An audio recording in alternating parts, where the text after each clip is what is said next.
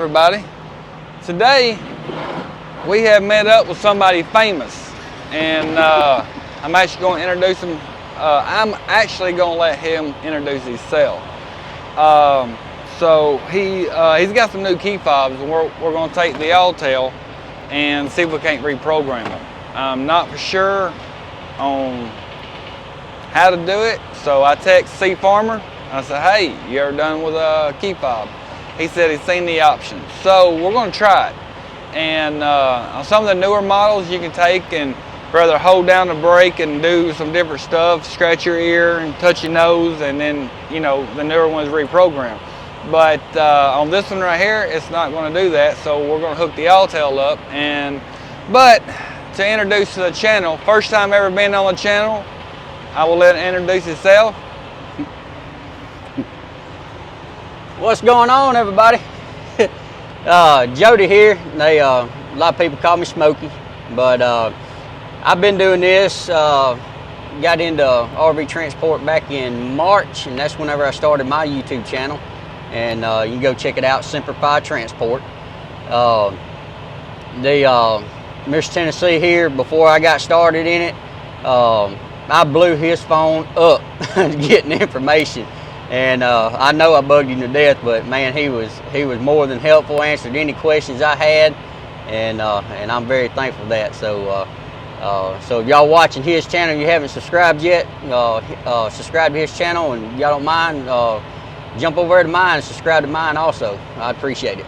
Yep, he's building on up, so help him out. Just reach over there and subscribe to his channel, hit the bell notification, hit the like button, give him a thumbs up on his videos. But let's see what we can do with this Autel. Like I said before, I'm still learning with the Autel. It can do more stuff. It's smarter than I am. So I'm just going to hook up and push buttons, and we'll see what we can get done. What's going on, guys? Here with Mr. Tennessee, we're going to just go over my truck real quick, set up and everything like that, and just tell you a little bit about it, because I've been meaning to do one of my own, but I've been slacking, so I haven't got around to it. But I'll try to get one put on my channel. But anyway, if you're watching his and everything, again, if you don't mind, jump over, subscribe to mine, SemperFi Transport. I'd really appreciate it.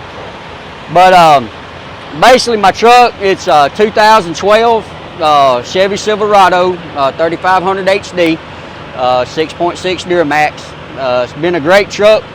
I've had it for about 4 years, and I think about the only thing I've done to it is transmission control module and the turbo boost or the hydro boost went out, and so I had to replace that. But we'll go over it real quick. Of course, you can see I got this thing. I love chicken lights, so I got it decked out in chicken lights. But y'all have to excuse it's a little bit dirty.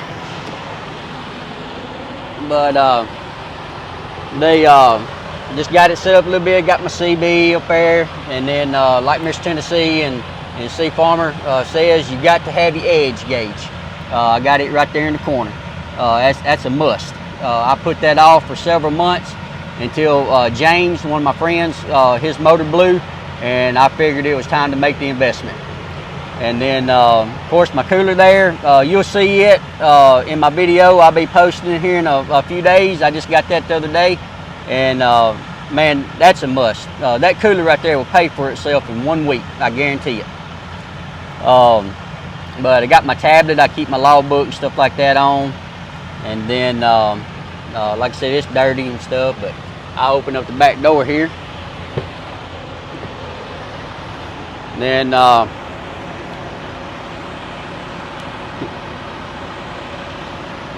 but I got my bed here I built. All it is just 2x4s and sheet of plywood and a 6-inch memory foam from Walmart. I think I was out maybe 150 bucks. So and it saves me motel rooms every night. And it's pretty comfortable. I'm 5'10". I put my head up there in that corner, and I put my feet in this corner, and I can stretch all the way out. Got a 1500 watt power inverter mounted right here. I don't have my printer in here right now, but normally I had it in the front seat. But I just plug it up in there, and when I get ready to print something, I just flip this on, and then print my paperwork. Then another thing what I've done is basically whenever I had this truck, I used to do truck and trailer service. So I had a big old air compressor and toolbox. And whenever I got into this, then took all that stuff off, put it on here. I actually got 2 fire extinguishers. I got one right here, and got the little mount. Mr. Tennessee actually gave me that idea, and so I ordered that off Amazon, and got that. And man, that thing is not moved. It hadn't come off not one single time. And then I got my other one in here. It's a little junky, but keep a tow strap with me. Got my triangles right there. Got my another fire extinguisher. And a couple of blocks. You see, I think it was in my 2nd or 3rd video about the trailer was too low. So I just basically done what I had to do in order to get the trailer on. And then, of course, I'm a firefighter. So we had some of these little steps laying around the firehouse, and I asked my fire chief, I said, hey, I need some of them. And he said, well, grab them. That's pretty cool. Yeah. Look at that, y'all. And so that's how I fill my fuel tank. I step on it, step up here, and then I can fill my fuel tank up there. And oh yeah, just take it off. And again, guys, like I was saying, is I know most of y'all getting into this, you're trying to do this on a budget. And so if you got stuff laying around the house and that's not being used, clean it up and use it. There ain't no sense in going in here and buying brand new stuff. I had that, it's a 100-gallon fuel tank. I had it laying around the house. Came off an old truck I had. And I just basically bolted it down to the bed and put it on here. And I got it gravity fed. And basically what I do right here is I got the ball valve. And actually I got 2 shut-off valves. I got one on the bottom of the tank. So that way if something ever happens to this hose, then I can shut the fuel off to that. And then whenever I get ready to open it, I just turn it and then shut it off. Simple as that. And now I do have to be careful whenever I'm making turns. I can get a little bit over 45 degrees. I can't do a full 90-degree jackknife, otherwise I run into my tank. But I done got used to it.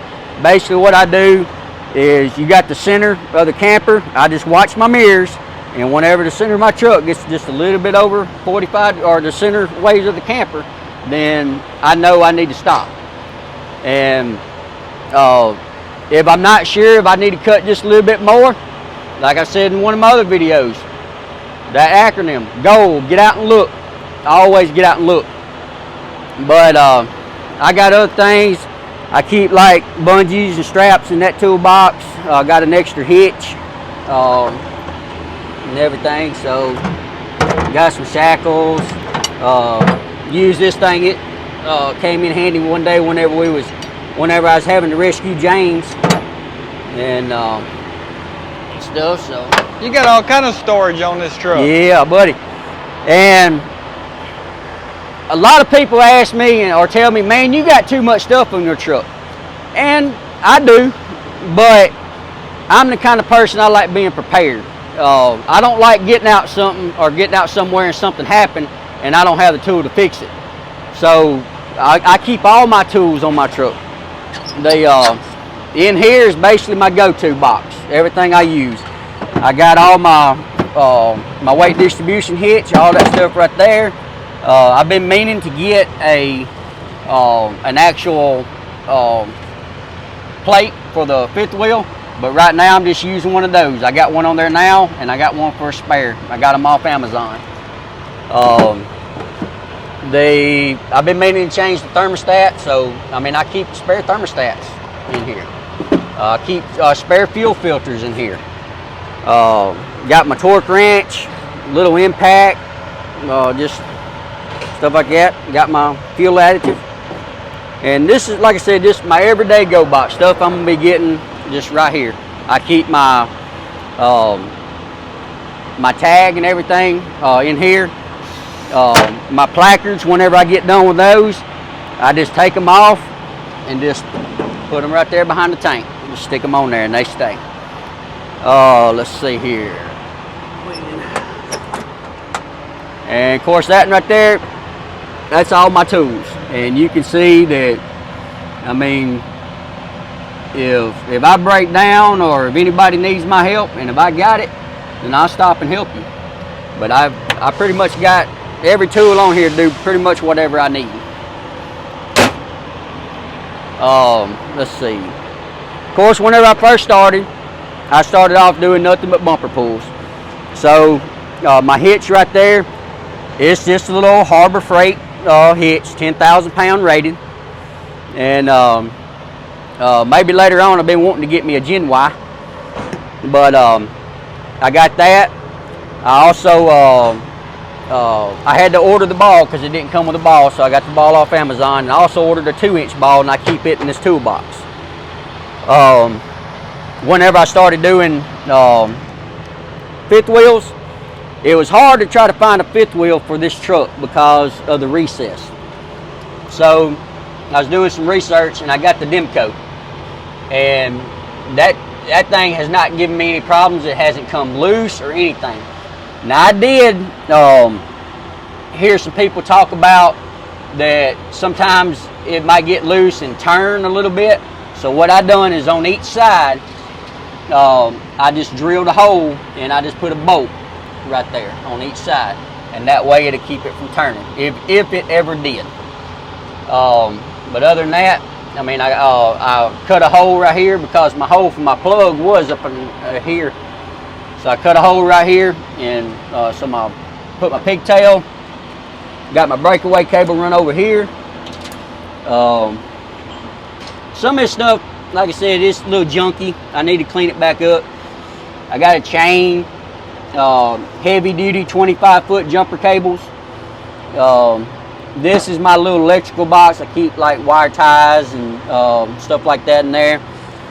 In here, I just keep a couple little small tools I may use a little bit. And got my air chucks. I keep my 9/16 wrench in here for my battery to tighten the nuts on them. I won't go over this too much. You can go check out my video on rescuing James. Basically, we had to winch his truck up on the trailer, and so I took the winch off my Jeep. I mounted this right there, and then I just slid the winch in there, pulled it right up. So, let's see here. I got a jack stand in here. I got a jack that I keep in this box. And right here is basically, I got a little bit of oil. And bullets, right? Oh man, I wish they would. Carrying the ammunition around. Nah, that stuff stays at home. But nah, Allen wrenches, star wrenches, screwdrivers, stuff like that. All that stuff's right there. And then, but I got another little, basically a battery box. I just screwed down to the bed of the truck, and yeah, it's out in the open. People can come steal it, but so far I haven't had any problems. Don't take my advice, because somebody will steal stuff. But I just keep just like antifreeze, power steering fluid, stuff like that in there. We'll run back here to the back. I forgot something. And then your rock guard, mud flaps. If you're working on a budget, you don't have to go up to Dan's or Dooley Depot and spend money for them to install you stuff. I done all this right here for less than $100, and it passed. I got my mud flap. It's basically a big truck mud flap, and I cut it to where it would fit from the frame over to here, and just bolted it up in there. Same thing on the other side. And then basically right here, I just got some little like little carabiner things, and I got some eye bolts, drilled them through the frame, and then I got them hanging there, and that's what hangs this on. Basically, I think it's a 3-inch piece of flat steel, and cut it to length, run across, and then basically I got two mud flaps, two 36-inch mud flaps, and I cut them in half, and then to the length, because you can't be, I think it's like 5 or 6 inches, it has to be from the ground. So I put them together and I mashed them together right here in the seam and everything, so so that way no rocks or anything like that are getting through. And then of course I had to have my fancy mud flat weights. I already had them laying around the house, so I stuck them on. And basically I put some your DOT reflective tape behind them, and whenever they're clean, man, them sun guns shine. But then, and this one's basically this junk, PB blaster, little bungees to do my tag, put my tag on. I got some fittings for like fuel tank, stuff like that. Got some step bits if I ever need them. I got my transmission fluid, just all kinds of stuff like that. Voltage meter, funnel, siphoning hose, let's see, battery tester. I got a grease gun, got a spare fuel filter in there. This is basically just my junk box. We got it plugged up, we got the ignition on, we're waiting for the Autel to boot up. And when it gets booted up, we're gonna see if we can't find the function. Y'all, I didn't put the whole steps and everything in this one, but we did get it to work. I programmed one, he has one more. Like I said, I haven't messed with it much. I just went through the steps, explained everything, told about the truck, and now he's programming. He's got one more, we're fixing to try it again. All right, y'all, so now I put it down here to key fob 3. So what we're gonna do is I'm gonna hit the program button, and I'm gonna hold the lock and unlock then until we hear that beep. Once we hear the beep, it's done. We're gonna hit done on it, and then lock, unlock, lock. Now, for the test, we're going to turn this off. We're going to close the door, and let's see if the remote control started. Well, I got to lock the door first. Now we put it on remote control start.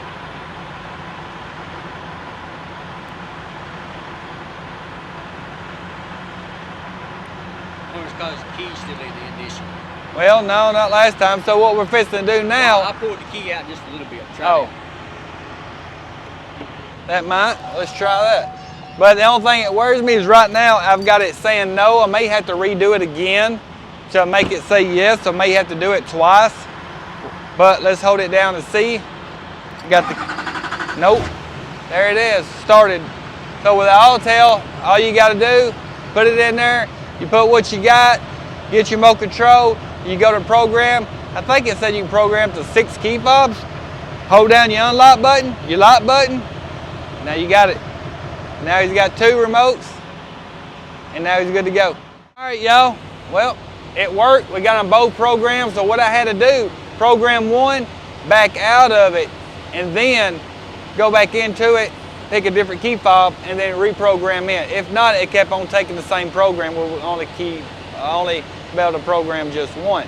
But if you're going to do it, undo it, let it restart, go back in it, pick a different key fob and do it, and it will work. So we just got there doing it.